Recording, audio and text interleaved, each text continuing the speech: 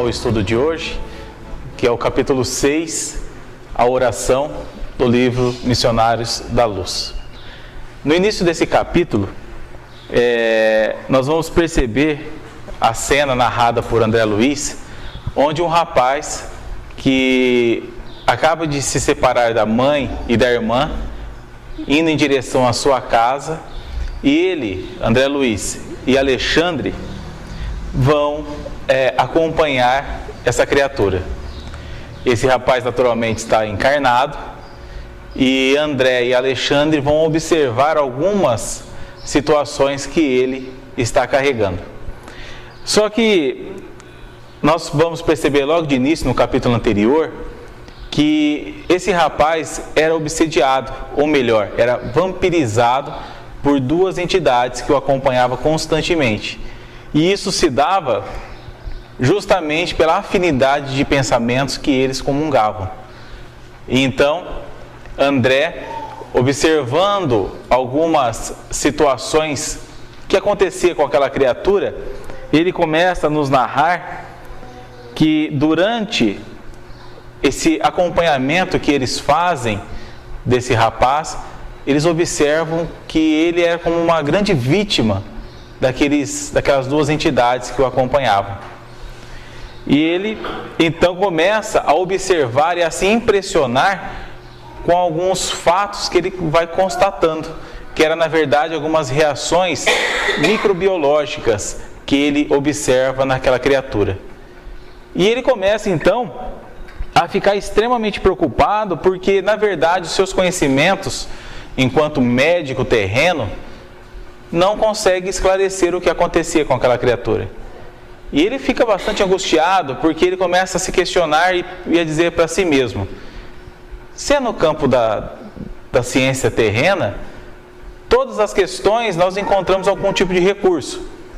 Nós temos os tratamentos terapêuticos, temos as intervenções cirúrgicas, temos os remédios paliativos, mas o que está acontecendo com esse rapaz? O que fazer? Por que ele carrega isso?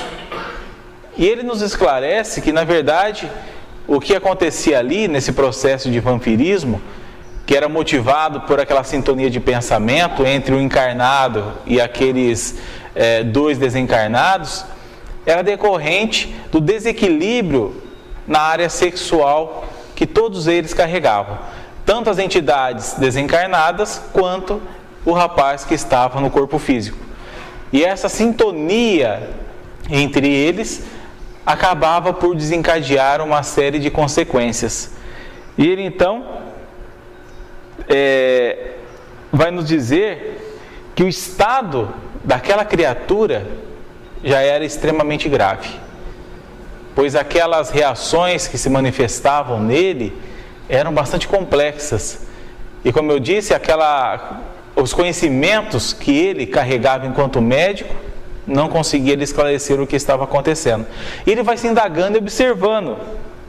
E ele diz que era possível ver naquela criatura, no rapaz, uma série de parasitas escuros que intimamente no rapaz causavam uma dor imensa, uma inquietação. E isso era extremamente angustioso. E ele então questiona se essas expressões microbianas que estavam presentes naquele rapaz poderia de alguma forma acompanhar também os desencarnados, pois no encarnado ele já estava percebendo com muita nitidez. Mas ele começa a se questionar: será que depois da morte do corpo físico o espírito ainda carrega essas situações? E mais do que isso, será que de alguma forma, quando ele, André Luiz, passou por aquele processo de experimentação naquelas zonas inferiores, quando desencarnou, será que de repente ele carregava essas companhias? Será que ele tinha esses desequilíbrios microbianos também em sua alma? Ele começa a se questionar: será que é possível isso acontecer? Aí então, Alexandre vem ao socorro de André, as suas indagações, e então diz a ele que as manifestações do vampirismo não se limitam aos encarnados, Ou seja, esclarece que sim, ela pode acompanhar depois o processo da desencarnação. E vai além, e que quase toda a totalidade de sofrimentos nas zonas inferiores deve a ele, ao vampirismo, a sua dolorosa origem.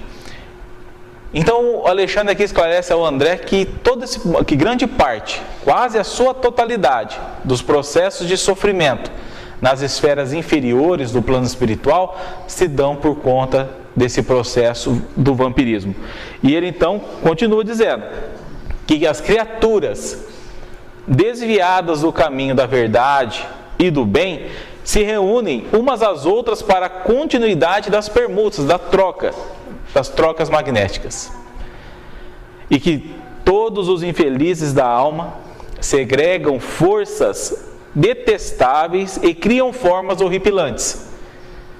Segregam, ou melhor, porque toda a matéria mental está revestida de força plasmadora e exteriorizante, ou seja, tudo que aquelas criaturas carregam consigo no seu psiquismo, na sua forma de pensar, se manifestam de forma exterior nelas, e elas vão muitas vezes se transformando. Então ele vem afirmando que sim, e diz ainda, André então, diz Alexandre, que percebe que o campo médico, lá no plano espiritual, é muito maior do que no campo terreno. E naturalmente que Alexandre então responde a ele que sim, e que todos os antecedentes morais são estendidos a todos os acontecimentos da vida. Ou seja, tudo aquilo que nós trazemos dentro de nós mesmos enquanto a nossa moral, os nossos pensamentos, nos acompanham sempre. E aí então, André diz que está horrorizado com as descobertas na região microbiana, com aquilo que ele estava presenciando, tanto no encarnado, quanto agora com a notícia que isso acompanha também os desencarnados. E ele então questiona o que fazer contra esse processo do vampirismo. Como dar solução a isso? E que no plano terrestre há toda aquela questão da ciência especializada, os medicamentos, as intervenções cirúrgicas, tal, mas e no plano espiritual? Qual seria o corretivo para aquilo? Como aquilo poderia ser sanado? E aí então, Alexandre vai esclarecer da seguinte forma: conforme verificamos, André, o tratamento remoto nos templos, a ascendência da fé nos processos de medicina nos séculos passados e a concepção de que as entidades diabólicas provocam as mais estranhas enfermidades, não são totalmente destituídas de razão. Com certeza, entre os espíritos encarnados, as expressões mentais dependem do equilíbrio do corpo, assim como a boa e perfeita música depende do instrumento fiel. Mas, e toda vez que eles colocam esses mas nas frases, é para não chamar a atenção, porque tem alguma coisa contra aí. Mas a ciência médica atingirá pontos elevados, sublimes, quando verificar no corpo transitório a sombra da alma eterna. Ou seja, que por mais que a mente possa influir o nosso corpo físico aqui na Terra, é sim aquilo que nós carregamos enquanto espíritos que vai diretamente influenciar o nosso corpo físico. E que quando nós percebermos a importância da nossa vigilância de pensamento, do nosso esforço de transformação moral, para moldarmos o nosso psiquismo, o quanto o nosso corpo físico poderá reagir positivamente. E que se a ciência já entendesse isso, seria muito mais fácil trazer os lenitivos, pois trataria o espírito e não o efeito no corpo. Mas aí então, ele ainda continua explicando que cada célula física é instrumento de determinada vibração. Todos somos herdeiros do Pai que cria, conserva, aperfeiçoa, transforma ou destrói. E diariamente, com o nosso potencial gerador de energias latentes, estamos criando, renovando, aprimorando ou destruindo alguma coisa. Ou seja, que nós temos a capacidade de agir em benefício de nós mesmos.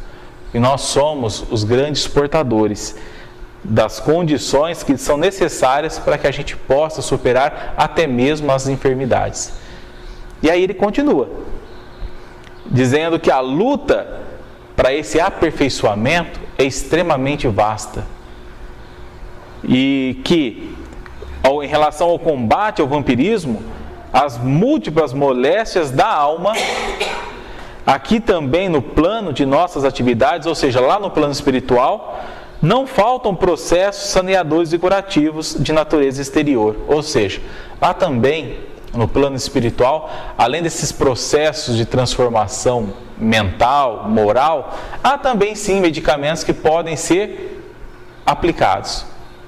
Há situações de socorro, curativas.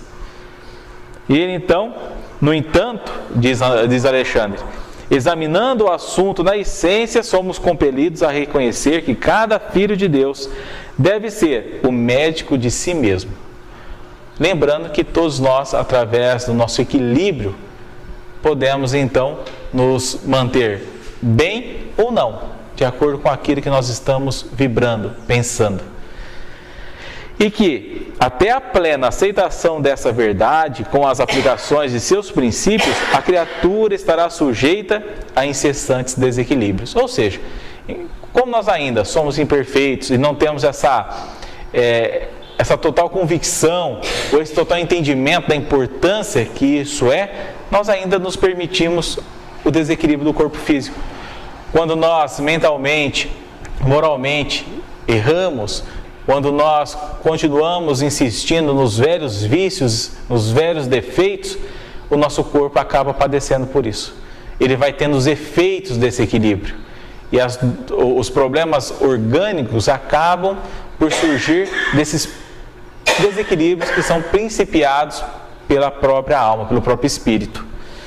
E após notar a estranheza de André, Alexandre indicou o rapaz que dispunha a penetrar o reduto doméstico. E depois de pequeno percurso a pé, falou.